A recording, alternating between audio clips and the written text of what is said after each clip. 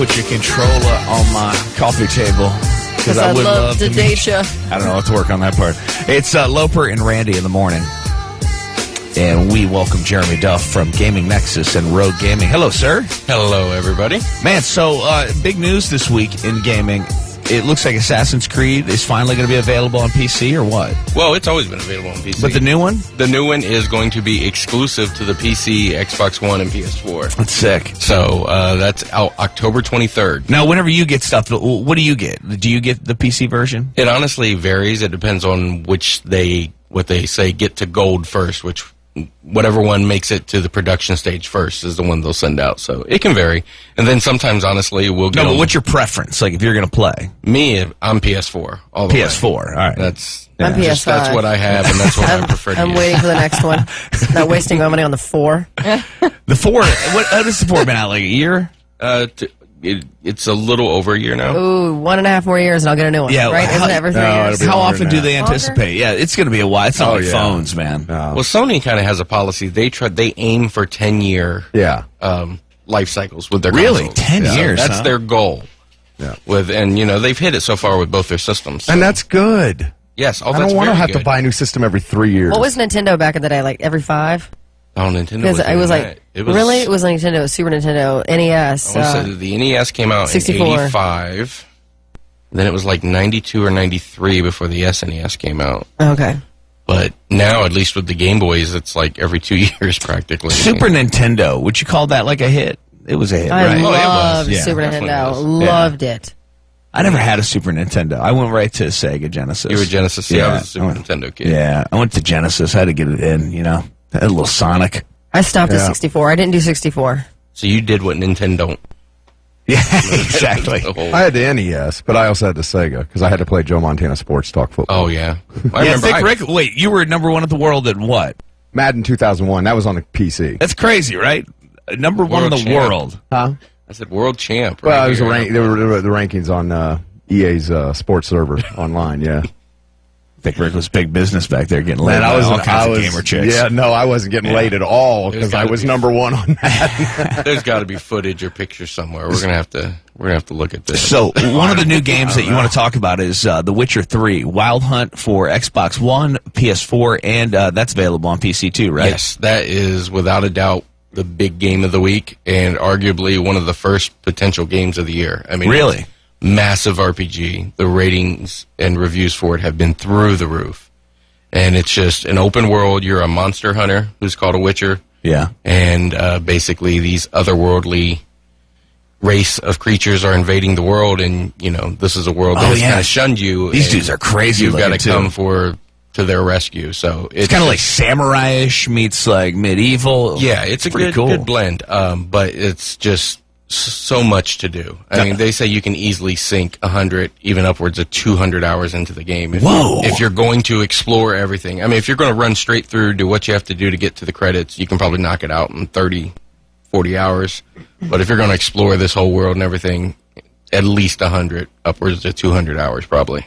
One of the other games here, Destiny, House of Wolves. Yep, a new DLC pack this week, which hopefully is going to bring fans back to the game because it's kind of been lingering. I mean, I was a dedicated player at first and have not touched it. How long ago did that game drop? That was last year. That was one of last fall's big titles. So now they're just adding more content to a game that came out last. That's awesome, man. Every 3 or 4 months, they'll drop a new segment of missions, stages, new weapons and stuff, and people weren't too happy with the last one that dropped because they felt it was more the same, but the hope is that this really puts some fresh air into the game. All right, anybody want to talk about gaming right now? People love to call and ask Jeremy questions and talk about games that they're into and see what the latest is with their particular game that they're just absolutely obsessed with. So we'll take just a couple of phone calls. You got a short window to call in right now, 821-9970. Hey, this is, who's this? Cody in Springfield. What's up, man? Hello. I just wanted to ask, this year's E3 coming up. Hang on one second. He's switching out headphones here so he can hear you. Oh, no problem. Okay. Go ahead and ask the question again. This year's E3 coming up. I was wondering what his predictions were from Bethesda. They have like a 2-hour slot, I'm getting, from what I've heard. Yep, they have announced their own press conference this year, which is something that's new for them. And, so far they've announced they're going to show Doom 4. Oh, cool. Which Doom is coming back, and we've talked about that a little bit. And the big heavy rumor is Fallout 4 is going to be released. Now, what is Fallout 4? Fallout is kind of a action RPG they've done in a post-apocalyptic world. They've done a couple Randy, that's your thing. Huge following and a fantastic series. Randy loves the end of society over here. I do. I'm like, the apocalypse. There's a strong rumors, and it's pretty much everything but confirmed that that's going to be their big reveal. Yes. Is that cool, man? Oh, yeah, because I've heard rumors, everything from a new Elder Scrolls installment all the way to Fallout 4, and that's what I'm hoping for, the Fallout 4. Yep, I don't think we're going to see Elder Scrolls for a while, because they're going to put everything onto the Elder Scrolls Online, which is launching on consoles next month. Actually, anytime Hal Fish sends me an email, I call that an Elder Scroll, actually, yes. Thanks, man. See ya. Hey, good morning. It is the Blitz. Hey, good morning. He's going to kill me. Hey, what's up, man? What's your question for Jeremy Duff? Well, this is coming from a guy that used to play quite a bit of video games back then, but now I'm kind of, since I got a full-time job and I go to school part-time, I don't really have much time to play video games, but I was wondering, I used to play Half-Life 2, and that used to be one of my favorite games of all time, and I was wondering, have you guys lost all hope for Half-Life 3? Or do you know what I'm talking about? Oh, I know exactly what you're talking about. I haven't lost hope at all, but I think that Valve is the ultimate business people. They know what they're doing. They're drawing it out for a reason. It will happen, but as for when, who knows? Honestly, I wouldn't be surprised if that is the surprise reveal when they release their virtual reality headset later this year.